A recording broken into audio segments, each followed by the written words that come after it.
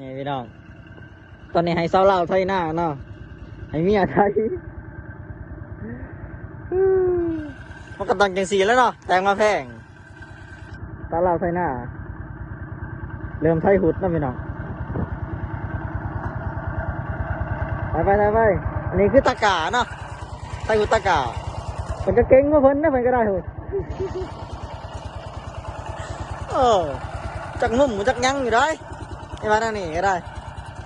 คือนั่นนี่เราว่าลูกไผ่มายาไปไทยหน้าเอาสิเด้จะคือ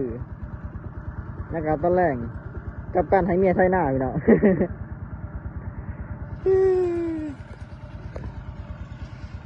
ไทย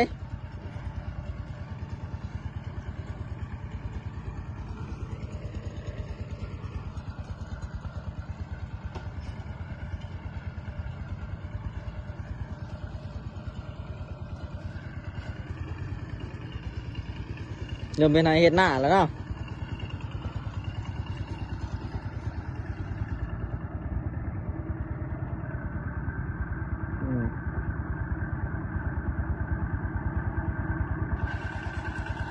นี่คือ เบิ้งความเก่งของเมียคอยพี่น้องเก่งได้เหมือนถ้าให้ท่านาคอยพูดว่าแต่ละปีเนี่ยโอ้ยย่ำเขาจะกระแบกเขาขึ้นเหล่าเมียคอยตัวนี้แล้วเมียคอยก็เราไทยหน้ามีการมือซึกจะได้ตันเนี่ยเมื่อยเมื่อลืมวันเมื่อยอ่ะไปมือแรงจิจัดให้ดอกหนึ่ง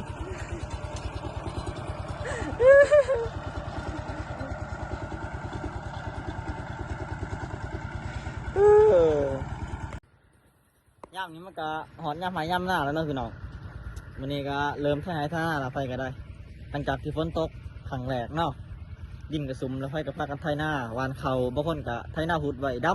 ำทั้งวานคอยกะตอนนี้ก็เริ่มไทแล้วเนาะเริ่มไทหุดละอันนี้ตอนนี้คอยกะไทหุดตะกาอยู่แต่ประมาณคอยไทดอกเมีย ไอ้เมียไทมันนี่